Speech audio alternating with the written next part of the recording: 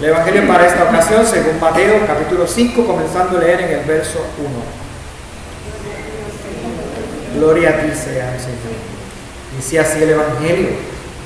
Y cuando vio la multitud, subió al monte, y después de sentarse, sus discípulos se acercaron a él, y abriendo su boca le enseñaba diciendo: bienaventurados los pobres en espíritu, pues de ellos es el reino de Dios. Bienaventurados los que lloran, pues ellos serán consolados. Bienaventurados los humildes, pues ellos heredarán la tierra. Bienaventurados los que tienen hambre y sed de justicia, pues ellos serán saciados. Bienaventurados los misericordiosos, porque ellos recibirán misericordia. Bienaventurados los limpios de corazón, pues ellos verán a Dios. Bienaventurados los que procuran la paz, pues ellos serán llamados hijos de Dios. Bienaventurados aquellos que han sido perseguidos por causa de la justicia, pues de ellos es el reino de los cielos. Bienaventurados seréis cuando os insulten, persigan, digan toda clase de mal contra vosotros falsamente por causa de mí. Regocijaos, alegraos, porque vuestra recompensa en los cielos es grande, porque así persiguieron a los profetas que fueron antes que vosotros. Hasta aquí el Evangelio para esta ocasión.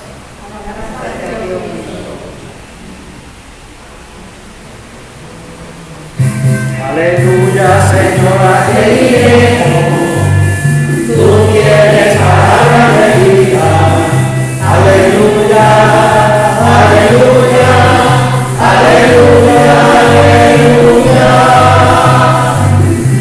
Señora, que diremos, tú tienes palabra de vida. Aleluya, aleluya, aleluya, aleluya. Gracias y paz de Dios y de Jesucristo nuestro Señor y nuestro Salvador. Amén.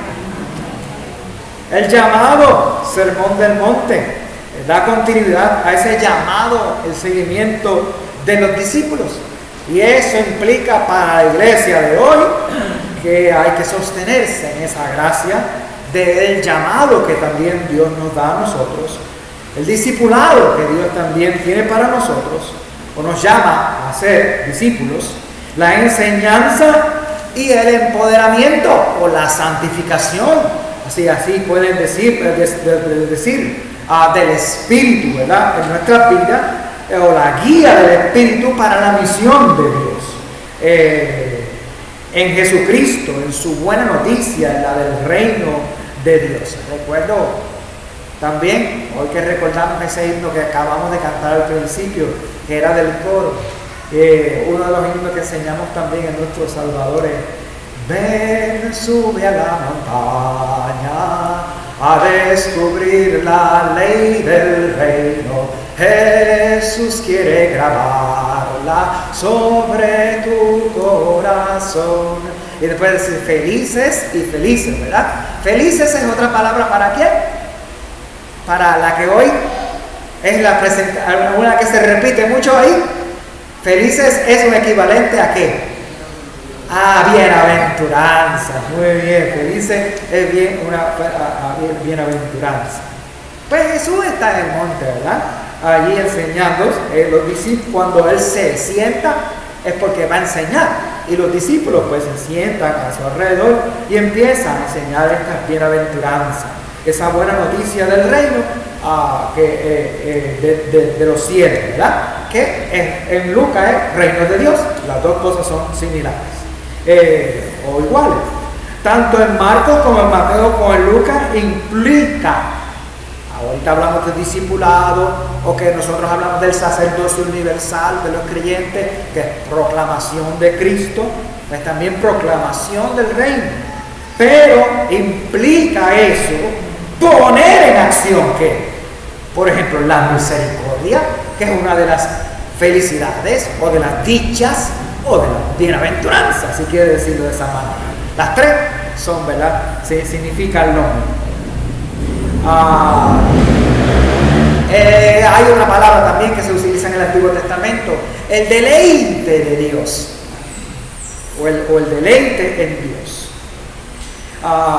Mantiénete, es mantenerse, como decía esta lectura de la carta, la de Miqueas, hacer el bien, encaminar la justicia, ¿verdad? ¿Qué es lo que quiere y lo que pide Él de mí? Hacer justicia, amar la misericordia, ser humilde delante de Dios. De esa manera, ¿verdad?, nosotros nos ponemos en las manos de Dios y respondemos a su llamada, como la semana pasada y la anterior era llamada. Pues ahora se está manifestando Jesús en el monte con esta enseñanza y con esta exhortación. Algunos le llaman sermón, pero también es una enseñanza lo que está haciendo Jesús ahí. Y pues para procurar la paz que Dios quiere de nosotros con Él y la paz entre los seres humanos y el resto de la creación.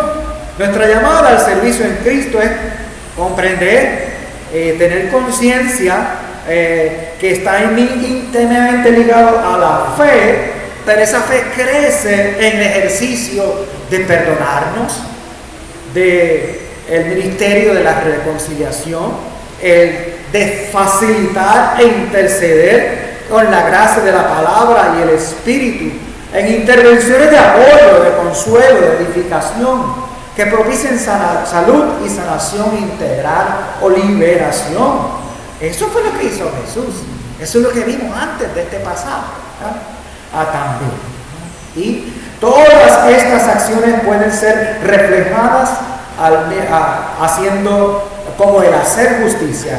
Cuando usted da apoyo, cuando usted ayuda, cuando usted da consuelo, cuando usted pone sus talentos, sus dones para edificar la iglesia o para llevar salud a los demás, o interceder por la sanación integral de los demás, allí está usted reflejando esa justicia, ese hacer de justicia, esa propiciación de la paz, ese amor de Dios, está compartiéndolo con sus cónyuges.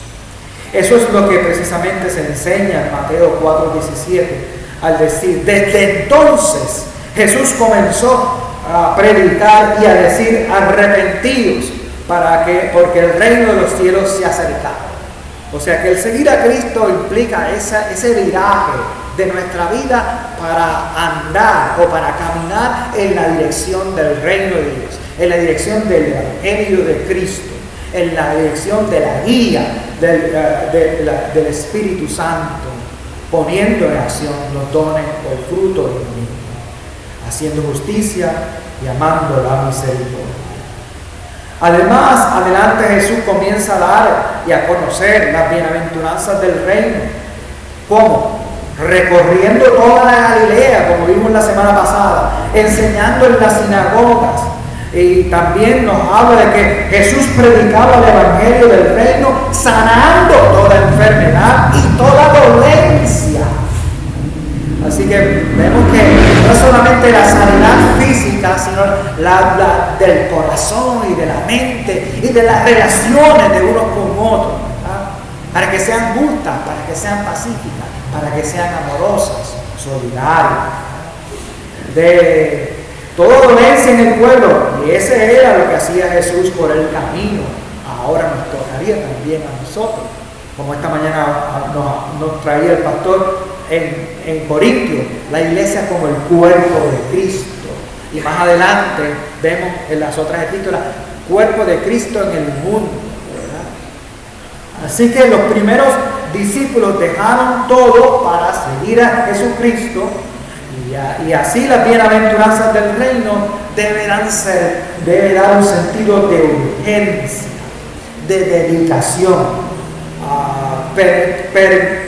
preeminente de la vida de la iglesia y de la comunidad de fe o del cuerpo de Cristo, como pueblo de Dios que sigue el Evangelio y sigue las enseñanzas y la proclamación y puesta en práctica del reino de Dios, ¿no? Allí donde haya dolencia, hermanos, allí donde nuestros hermanos estén en aflicción por enfermedad o por alguna situación emocional como tristeza, o por confusión, o llanto, o amargura, o ansiedad, o confusión, allí estamos para enseñar. Allí estamos para compartir esa guía del Espíritu que traiga consuelo a la vida de ese hermano que está en esa dolencia, en esa aflicción o en ese llanto.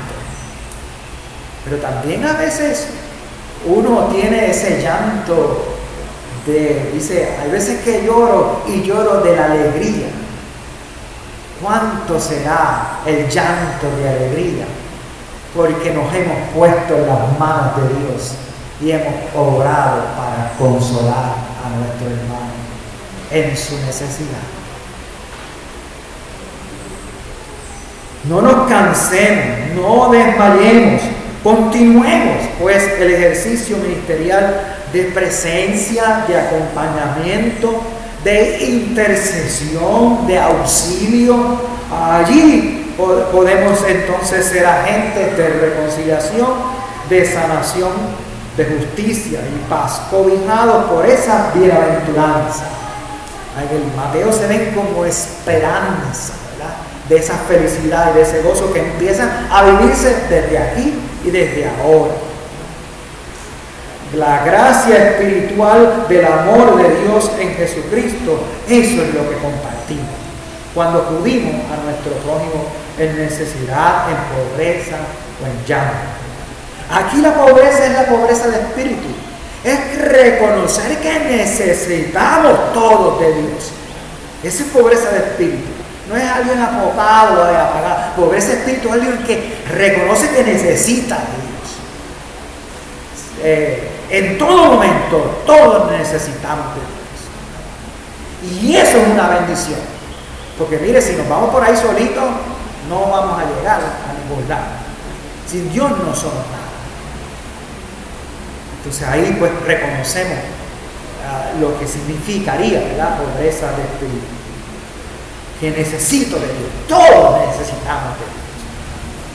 Y qué feliz sería, o qué felicidad sería, ¿verdad?, qué gozo sería, qué bienaventuranza de compartir a Cristo a alguien que no lo conoce, o que no ha oído hablar poco de Él, o que no le reconoce de momento, y que entonces le reconozca y dice, yo quiero seguir creciendo en esa gracia del amor de Dios.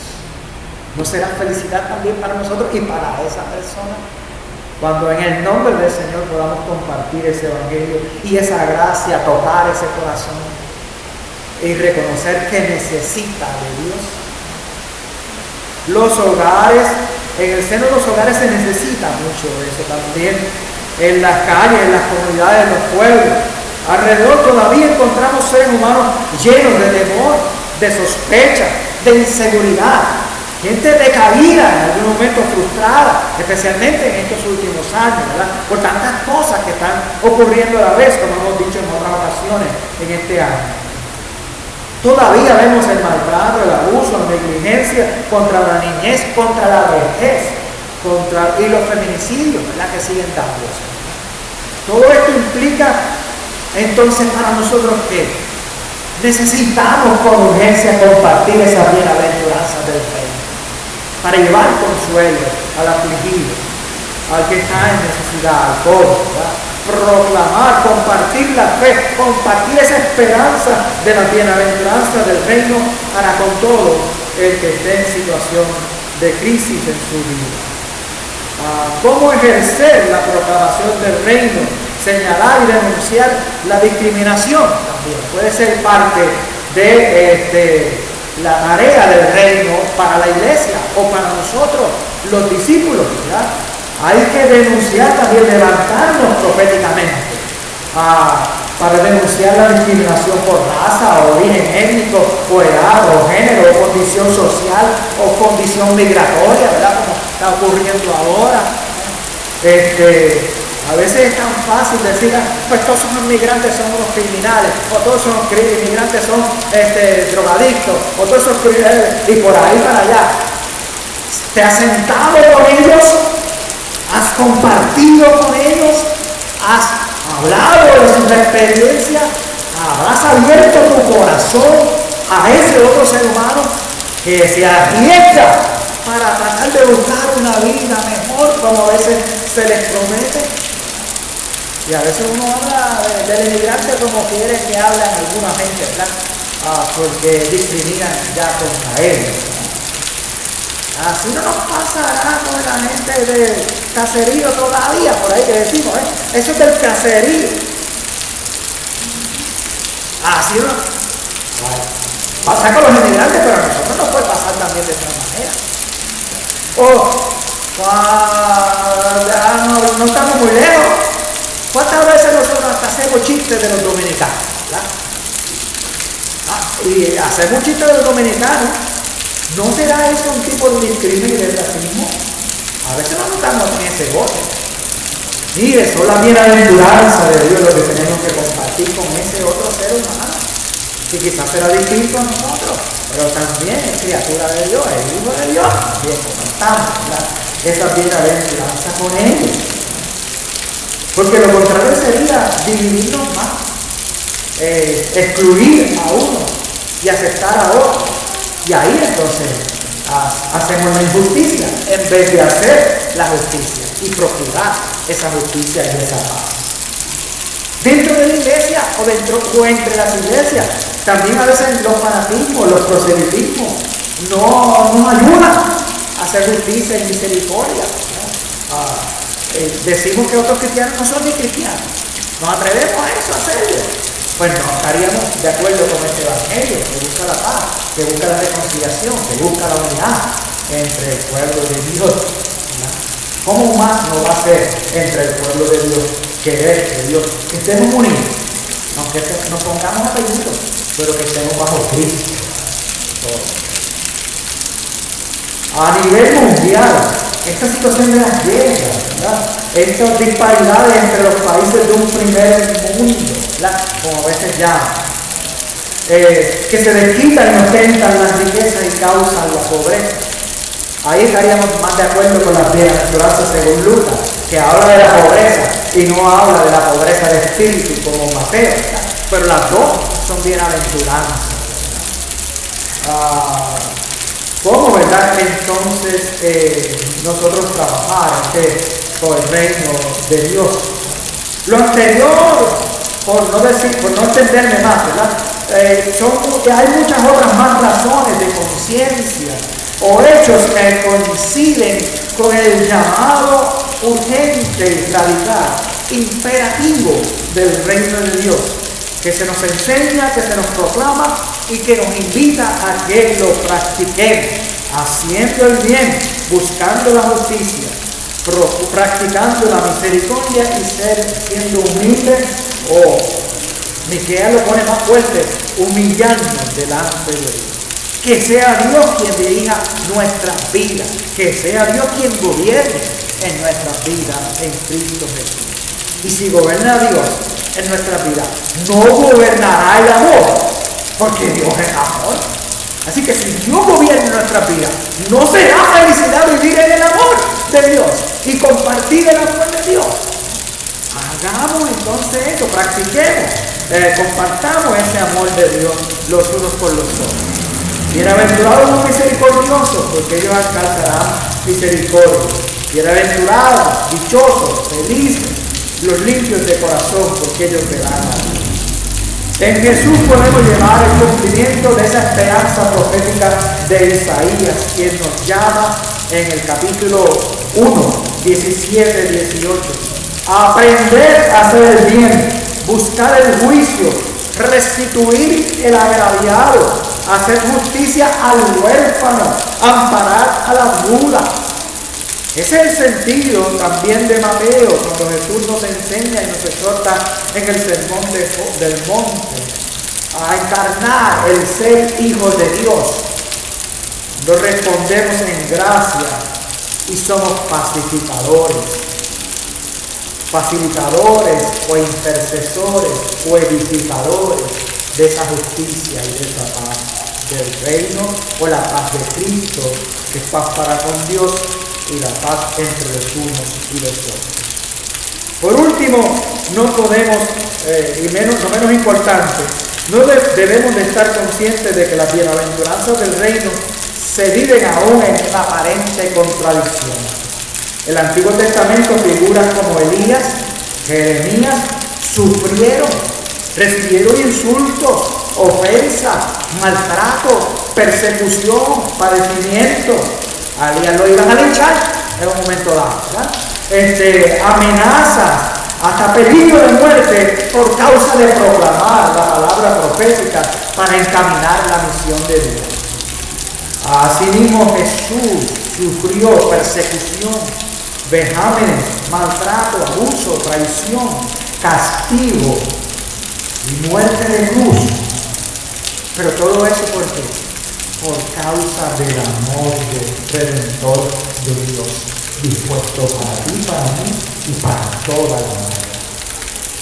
Y la creación también.